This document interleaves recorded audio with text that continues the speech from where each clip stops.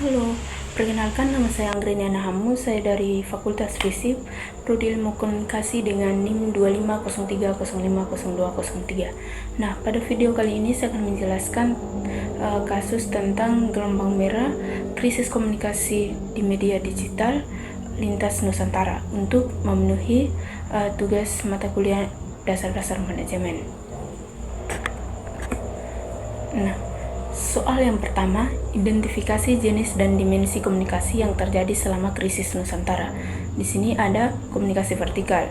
Nah, komunikasi vertikal adalah komunikasi antara atasan dan bawahan dalam struktur organisasi. Nah, contoh dalam kasus, Direktur Utama Pak Hendra memanggil rapat darurat dengan para direktur dan editor.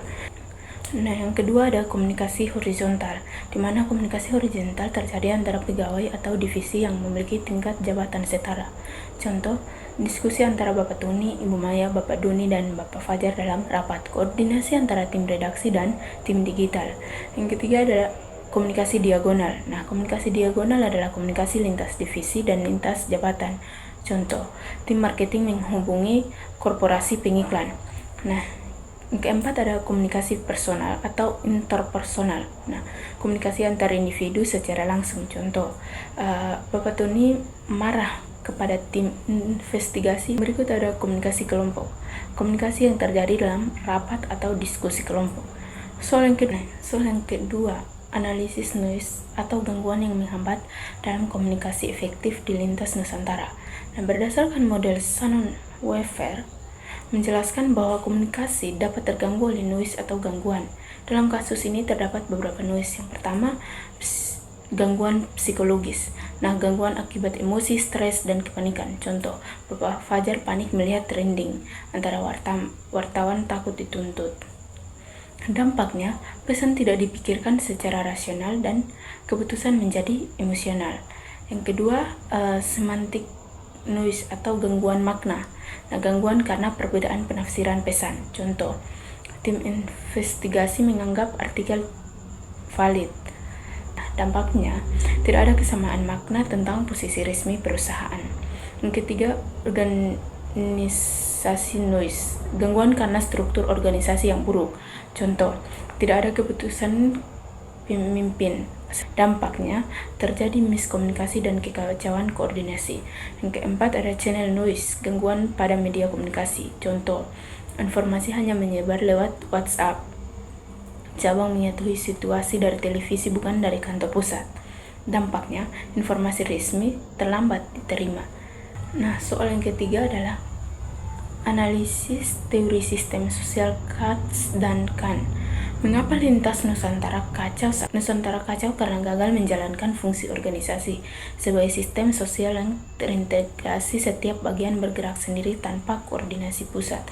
Soal yang keempat adalah analisis teori Linpin. Apakah ada penitip penyambung yang berfungsi dengan baik? Teori Linpin dari Renzi menjelaskan bahwa organisasi membutuhkan penitip penyambung, yaitu pemimpin yang menghubungkan antara kelompok atau divisi. Apakah ada Linpin yang berjalan baik? Jawabannya tidak berjalan efektif. Akibatnya, informasi tidak tersampai dengan baik, tidak ada koordinasi terpadu. Seharusnya, Linpin berfungsi menjadi penghubung antara divisi, menyatukan pesan organisasi, mengendalikan komunikasi kritis. Karena fungsi ini gagal, organisasi mengalami disintegrasi komunikasi. Soal yang kelima adalah rencana komunikasi organisasi untuk 24 jam ke depan. Pertama itu membentuk krisis komunikasi. Tim pihak yang dilibatkan ada direktur utama, redaktur pelaksana, editor investigasi, tim media sosial, perwakilan kantor cabang. Tujuannya, semua keputusan komunikasi harus berasal dari pusat komando. Berikut ada saluran komunikasi, ada dua, internal dan eksternal.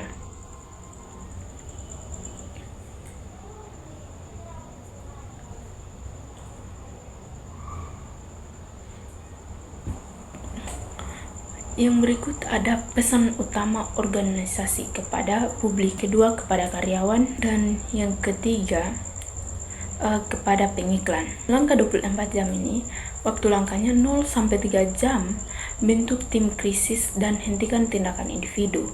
Nah, dari 3-6 jam kirim informasi resmi ke seluruh cabang, 6-12 jam konferensi pers dan klarifikasi publik, 12-24 jam evaluasi respon publik dan susun strategi lanjut. Jadi kesimpulan semuanya, kasus Lintas Nusantara menunjukkan bahwa krisis organisasi bukan hanya disebabkan tekanan eksternal, tetapi juga kegagalan komunikasi internal. Tidak adanya koordinasi kepemimpinan yang lemah dan pesan yang tidak konsisten menyebabkan organisasi kehilangan kendali atas situasi. Oleh karena itu, komunikasi krisis yang cepat, terpusat, dan terorganisasi sangat penting dalam menjaga stabilitas organisasi.